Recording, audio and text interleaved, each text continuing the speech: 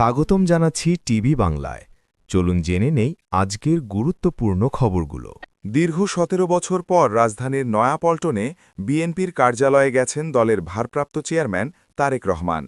সোমবার ২৯ ডিসেম্বর বেলা ৩টায় গুলশান অ্যাভিনিউয়ের বাসভবন থেকে দলের কেন্দ্রীয় কার্যালয়ের উদ্দেশ্যে রওনা হন তারেক রহমান। বিএনপির কেন্দ্রীয় কার্যালয়ে বিকেল ৪টায় পৌঁছান তিনি। সেখানে দলের সিনিয়র যুগ্ম মহাসচিব রুহুল কবির রিজভী ও কোষাধ্যক্ষ এম রাশিদুজ্জামান মিল্লাত ফুল দিয়ে ভারপ্রাপ্ত চেয়ারম্যানকে অভ্যর্থনা জানান।